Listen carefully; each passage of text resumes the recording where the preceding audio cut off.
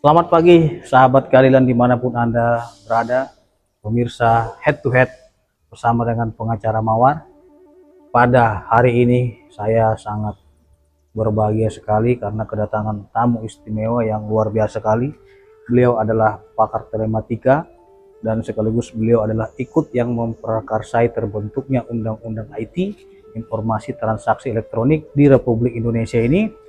Kenapa kita undang beliau di Kepanjen pada hari ini? Karena ingin kita dengarkan pendapatnya, pandangannya terkait dengan persoalan yang saat ini lagi disoroti oleh masyarakat dan banyaknya netizen yang pro kontra dan banyaknya yang saling hantam menghantam karena kasus ini. Jadi ini akan semakin terang benderang, tabir ini akan mulai dibuka dan dibongkar oleh seorang pakar telematika dengan menembus batas pengetahuan yang Anda belum berpikir, tapi beliau sudah bisa berpikir dari segi filsafat.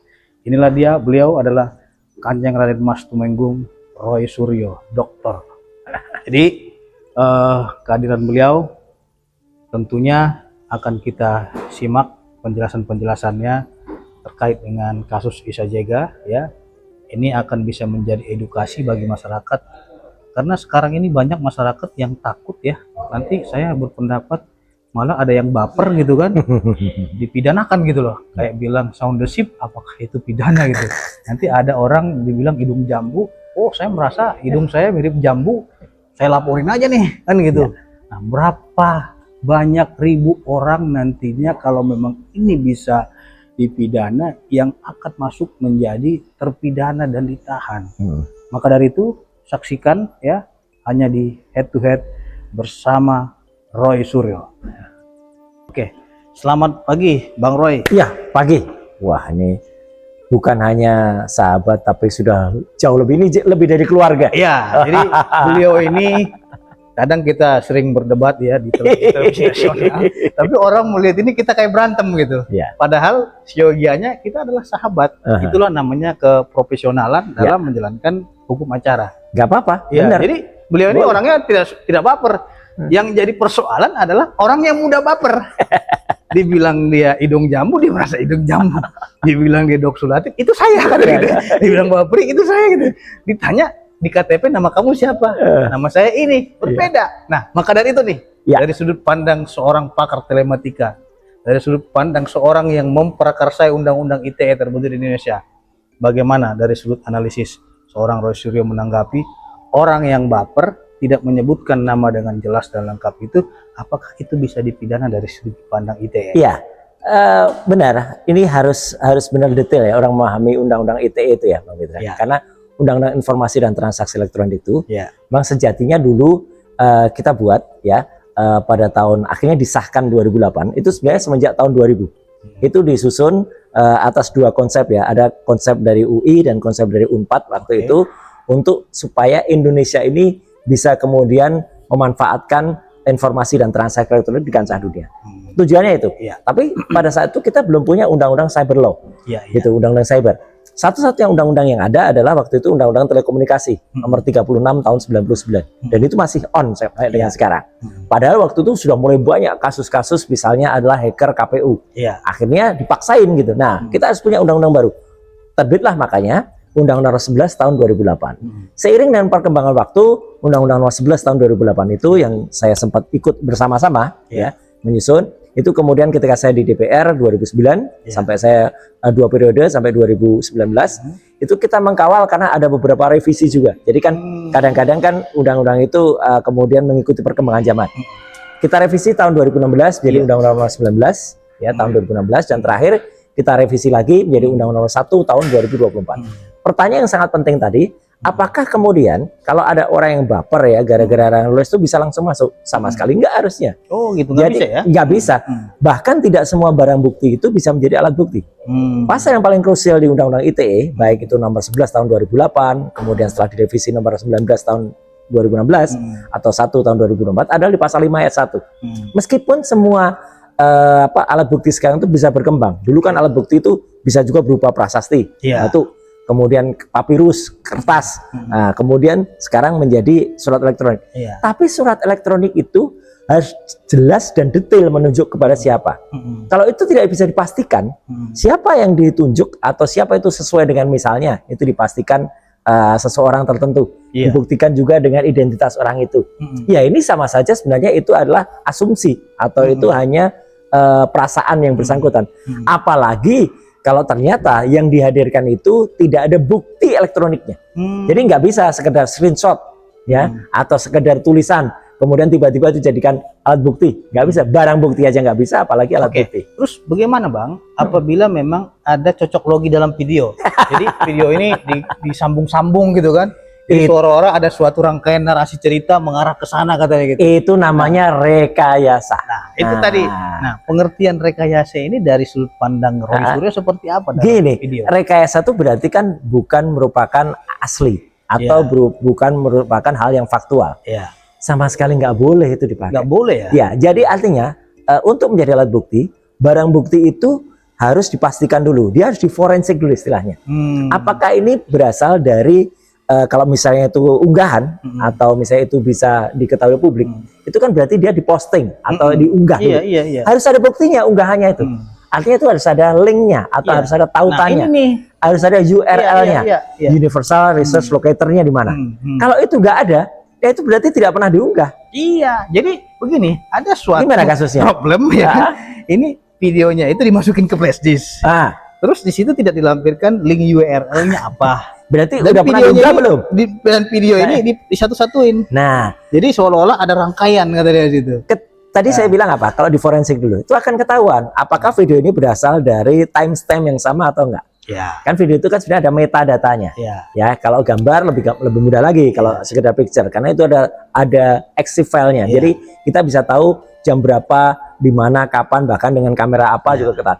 Video itu juga akan ketahuan nanti. Misalnya ini dibuat dengan tanggal berapa atau dibuat dengan kamera apa. Nanti ternyata kalau itu tidak konsisten, nah ini kata kuncinya konsisten. Tidak konsisten dari awal sampai akhir itu rekayasa. Satu lagi Bang paling janggal. Jadi kan ini katanya disita barang bukti berupa flash disk itu dari pelapor. Tapi flash disknya merek orang lain. Kita katakanlah dari satu instansi gitu kan. Masa dia dapat merek itu dari instansi itu gitu. Berarti kan disita kan dari flash disk katanya. Jadi satu ya. Ada tulisannya di situ nama suatu ininya kan gitu. Jadi kalau itu kan maaf ini saya pakai istilah yang umum aja di masyarakat. Itu berarti barang buktinya abal-abal. Iya, kalau abal-abal harusnya tidak bisa dihadirkan di persidangan. Iya. Gitu. Karena apa? Karena itu sebenarnya harus pastikan dulu ya, diuji dulu, diverifikasi dulu, maka namanya di forensik. Harus ada keterangan kalau itu ingin dibuktikan ya. Itu harus ada keterangan bahwa ini memang benar. Katakanlah dalam sebuah flash disk.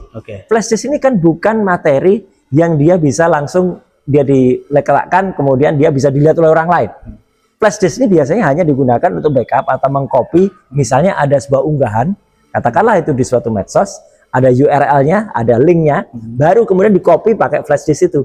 Kalau flash disk saja yang kemudian ditampilkan, apalagi hanya print out atau screenshot, ini tidak sah menjadi alat bukti. Apalagi kalau nanti setelah di forensik, ternyata di situ isinya rekayasa. Oke Bang, sebenarnya tujuan undang-undang ITE ini untuk mengkriminalkan orang? Oh enggak. Atau untuk menghantam orang? Karena saya lihat banyak banget yang digunakan. Saya nggak suka dengan dia nih karena dia suka kritik saya, dia pendapat-pendapat tentang saya merasa bapak. Udah saya hantam aja biar penjara. Justru itu Bang. Ini gimana? Karena ini banyak juga yang salahkan orang. Setuju. Justru itu makanya kan kami termasuk saya dan teman-teman yang dulu sempat itu memang sempat agak prihatin ya. Karena ada penyalahgunaan atau ada tafsir yang salah dari undang-undang itu. Awalnya undang-undang ini adalah untuk transaksi elektronik. Ya, tapi kemudian ketika kita nggak ada undang-undang cyber yang saya bilang tadi, maka kemudian bisa hal-hal itu kemudian diarahkan untuk misalnya mempidanakan orang. Maka kan tadi ada beberapa kali revisi. Misalnya adalah revisi nomor 19 tahun 2016 ya gitu. Itu adalah supaya masa penahanannya itu tidak kemudian lebih dari 5 tahun. Ketika kasus itu lebih dari 5 tahun, maka seseorang bisa langsung ditahan. Nah, jadi makanya itu sudah direvisi untuk tidak melebihi 5 tahun. Kemudian ketika direvisi lagi pada Undang-Undang Nomor 1 tahun 2024, itu yang paling krusial adalah di situ disebutkan bahwa seseorang itu tidak boleh langsung begitu saja dengan dilaporkan orang lain. Harus orangnya sendiri yang melapor. kemudian bisa ada asas yang misalnya orang itu menyatakan bersalah, kemudian ya ada mediasi, kemudian setelah dimediasi dia kemudian bisa Oke, melakukan. menarik ini. Jadi ada satu lagi, Nah, bagaimana seseorang yang masih memikirkan tapi dituduh perbuatan pidana. Tanggapan Roy Suryo seperti Pak. Nanti akan dijawab oleh beliau di segmen berikutnya. Ya, Bang Roy. Jadi ini sangat aneh sekali. Saya juga seorang praktisi hukum, melihatnya juga sangat lucu gitu kan. Ketika ada seseorang yang berpendapat apa yang kita pikirkan itu, walaupun itu tidak menguntungkan dirinya, itu bisa dimintai pertanggungjawaban pidana katanya. Kita nggak sebutlah siapa namanya, tapi dia mengaku-ngaku sebagai ahli kan gitu. Nah, apakah dari sudut pandang ITE memikirkan sesuatu yang tidak menguntungkan dirinya, belum ada juga keuntungan yang dia terima, itu bisa dipidana? Karena ada yang bilang itu bisa dipidana katanya. Jangan-jangan dia salah baca atau salah mengerti. Nah, dia pikir Undang-Undang Informasi Transaksi Elektronik atau yang sering disebut ini untuk ilmu telematika, dia pikir itu ilmu telepatika. Jadi pakai telepati. Alasannya karena ada kata maksud, barang siapa dengan maksud katanya. Kalau kita udah bermaksud berpikir itu bisa dipidana katanya. Gimana kita bisa membaca pikiran orang atau telepati? Nah, itu kalau itu belum gitu. dilaksanakan. Meskipun mungkin dalam undang-undang lain ada orang yang sudah berniat itu bisa dikatakan dalam bahasanya Abang nih, mensreanya masuk gitu. Tapi kalau di itu harus ada buktinya. Harus jelas harus jelas buktinya. Dan misalnya pun dia menyebutkan nama orang, itu orangnya juga tidak bisa dengan alias apa ya. Kalau dia tidak bisa dipastikan misalnya si A itu adalah fix namanya sesuai KTP-nya atau identitasnya, atau itu panggilan yang sudah sangat. Berarti bahasa hukumnya obskur dong kalau. Betul, nggak jelas. Nggak jelas. Obskur, yang nggak jelas tuh. Artinya apa? Kalau seseorang itu kemudian baper tadi seperti perbincangan sebelumnya, itu kemudian dia nggak bisa ini undang-undang itu adalah harus eksak. Harus dipastikan. Barang buktinya saja untuk bisa dipastikan itu harus eksak, apalagi kalau dia sudah digunakan untuk misalnya menuduh seseorang, apalagi mempidanakan seseorang. Jadi sebenarnya tidak semudah itu seseorang itu dijerat dengan undang-undang ITE. Kata-kata yang tidak jelas, kata-kata yang hanya obskur tadi tidak jelas, kemudian apalagi itu menggunakan alias-alias, tidak ada identitas yang bisa sama dengan yang bisa membuktikan dia, itu sama sekali bisa lolos dari situ. Jadi begini Bang, jadi ada orang yang mengaku dia merasa diperdebatkan itu dan dia mengklaim Doxul Hatip adalah diri dia. Padahal nama dia di KTP bukan Doxul Hatip, ada lagi Bapak Pri adalah saya katanya gitu kan. Nah, terus ada lagi Hidung Jambu adalah saya. Nah, pertanyaannya, apakah dengan sebutan-sebutan Hidung Jambu, Doxul Hatip, Bapak Pri yang tidak sesuai dengan identitas spesifik dengan nama dia itu bisa melekat pada dirinya atau tidak secara sama sekali tidak boleh, sama sekali tidak bisa digunakan. Nah, bagaimana kalau orang yang berasumsi, ya kan kita tanya nih, itu dasar kamu apa? Menurut asumsi saya, katanya gitu kan. Asumsi kok digunakan di dalam hukum? Apakah di dalam ITE itu memeriksa asumsi dan memeriksa opini? Makanya opini, apalagi asumsi. Itu tidak masuk di dalam harusnya di pasal 5 ayat 1. Kalau pasal 5 ayat 1 itu kan semua alat bukti elektronik itu bisa menjadi alat bukti. Tapi kalau dia sudah diperiksa atau apalagi di forensik itu sesuai kaidah atau sesuai dengan makna yang ada dalam undang-undang. Jadi orang baca undang-undang itu harusnya memang juga baca dulu naskah akademiknya supaya dia paham. Minimal dia baca penjelasannya. Jadi dia ngerti apa ya barang bukti elektronik itu apa. Nah, perkara masalah tadi kecuali kalau dia bisa membuktikan, kalaupun tidak ada istilahnya, dia harus membuktikan misalnya dengan penetapan pengadilan kalau nama dia ini kemudian sebagai ini. Contohnya, ada seseorang yang kemudian dulu di film namanya ada terkenal dengan, kita sebut saja lah Wakil Gubernur DKI sekarang, Rano Karno. Ya, gitu. Tapi kan dia dulu terkenal dengan sebuah Bang Dul. Bang Dul. Nah, akhirnya kan dia masukkan itu dengan sebagai namanya supaya ketika pemilu kemarin dia masukkan ke pengadilan dulu agar disahkan itu. Betul. Jadi harus ada legalitas yang sah. Atau misalnya dulu teman kita di misalnya Dede Yusuf gitu ya, gitu. Itu kan namanya kan sebenarnya ada Dede Yusuf Macan Effendi gitu. Nah, akhirnya dia minta kepada pengadilan sah-sah saja kalau memang dia bisa mengajukan itu dan nah, kalau kemudian ada nama itu yang dia buktikan dengan identitas yang resmi, baru ini bisa masuk. Nah, pertanyaannya begini. Tapi kalau hanya istilah-istilah tadi ya nggak mungkin lah. Bahkan ini mohon maaf, selevel dulu mantan presiden saja. Ya, kalau misalnya ada orang menyebutkan itu Jokowi gitu ya, gitu. Iya. Kan nama aslinya Joko Widodo. Iya benar. Gitu. Tapi kan itu sudah jadi asumsi umum. Nama Jokowi kan ribuan. Nah makanya, jadi sebenarnya itu nggak boleh juga kemudian kalau ada orang menulis Jokowi, itu kemudian itu dipastikan itu Jokowi yang itu gitu. Iya. Ya jadi sebenarnya sudah ada penetapannya, tapi karena itu mungkin sudah orang menganggap, ya ini kadang-kadang kemudian bisa dimanfaatkan itu anu lah, di tepi jurang lah, aduh artinya batasnya agak abu-abu. Iya. Apalagi kalau nama-nama yang tidak dikenal ya, dalam kasus itu kan saya juga pernah mendengar dia kemudian diasosiasikan atau mengasosiasikan dirinya sendiri, Iya, yang parah ya, mengasosiasikan dirinya sendiri dengan tadi apa namanya, Dok Sulatif, hidung jambu, hidung jambu. sama Bapak Peri. Nah itu istilah-istilah Ini kan pakai saya, begitu. makanya itu istilah-istilah apalagi yang apa domba-domba itu kan itu. Sound the ship. Nah itu kan. Berarti kan kalau dia mengaku, berarti ngaku itu dong dia. Makanya jadi kayak gitu nggak mungkin. Kok dia merasa tercemar kalau dia mengaku Persis itu? kalau ada seseorang kemudian menuliskan dengan itu, ya kemudian dia tiba-tiba merasa tercemar, ya. Waduh, kalau gitu para penulis puisi, para penulis Nah, itu. apa naskah-naskah itu kan bisa juga nanti dituntut. Jadi ini kan dia. Bang Roy, ini kan Mami Online ini kan terkenal di YouTube itu pengikutnya jutaan. Ya. Dia itu kan sudah berpuluh tahun dia punya program dongeng dan cerita fiksi. Nah, jadi orang penonton itu yang nonton itu ratusan ribu. Persis. Memang kita lihat itu. Tapi ada satu penonton yang nggak terima karena dia merasa hampir sama ke ceritanya itu gitu, menurut dia gitu loh kan. Tapi si Mami Online ini tidak menyebutkan nama lengkap seseorang, dia hanya baper ya. Makanya saya tanya tadi, kebaperan itu bukanlah suatu tindak pidana, nggak bisa dipidanakan kata Bang Roy. Sangat nggak bisa. Dan satu lagi, kita tanya ke mereka, kalau memang Dok Sulatif itu nama saudara, apa yang bukti legalitas? Katanya baru akan mau didaftarkan ke Haki katanya, baru mau akan. Kan kita tahu sendiri untuk mendaftar Haki itu memakan waktu 2 tahun. Betul, prosesnya belum lagi pemeriksaan, pengumuman dan lain-lain. Nah, dia baru akan mau mendaftar setelah LP dulu, baru dia mau melaporkan ke Haki katanya bahwasanya itu agar dirinya. Nah, kalau memang dia merasa terhina dengan sebutan contohnya Bapak Pri, Dok Sulatif, kenapa didaftarkan ke Haki? Nah itu kan aneh juga gitu loh. Dia kan katanya merasa terhina di situ. Kadang-kadang tuh gitu Bang Peter. Kadang-kadang orang tuh nggak konsisten di situ. Gitu, nah itu, gitu. Kalau memang dia, misalnya dia mengasosiasikan, saya tidak bilang dia diasosiasikan ya. Dia mengasosiasikan dirinya sendiri dengan itu. Tapi dia merasa terhina katanya. Nah itu yang aneh, gitu. Aneh banget kalau itu kan.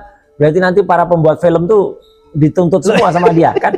Begitu dia lihat ada film yang mirip, oh itu saya itu. Wah gitu. Kacau kan? Iya kacau kan gitu. Jadi yang buat filmnya takut juga gitu. Lah iya, lama-lama nanti nggak boleh ada orang berpikir ya gitu. Karena berpikir aja bisa dipidana kan. Benar itu katanya. Lah iya, diasumsikan begitu, orang ada berniat udah dikatakan punya mensrea kayak gitu. Berarti kan ujung-ujungnya kita ini berburuk sangka terus kita betul, kamu melakukan kriminal. Iya, kita suudon terus kan dengan jadi artinya kan makanya kita harus clear lah gitu. Makanya ya insya Allah dalam kasus yang sedang berjalan itu ya kita akan sampaikan lah kepada sidang ya, kepada juga masyarakat, dan moga-moga ini berguna untuk seluruh masyarakat. Nanti bisa disebarluaskan bagaimana orang memahami undang-undang ITE, bagaimana orang memahami hukum elektronik itu ya, dan orang tidak sembarang menyalahgunakan, apalagi orang mengasumsikan dengan hanya pikiran-pikiran yang ada dalam otaknya. Saya ingin tanya, dari perspektif konstitusi kita, Undang-Undang Dasar 1945 pasal 28 mengatakan setiap orang bebas berserikat, menyatakan pendapat, berekspresi dan lainnya. Nah, tapi dalam suatu konteks kasus pendapat dan kritikan itu dipidana, pandangan Roy Suryo itu terkait dengan korelasi dengan Undang-Undang ITE terhadap Undang-Undang Dasar itu seperti apa? Nah,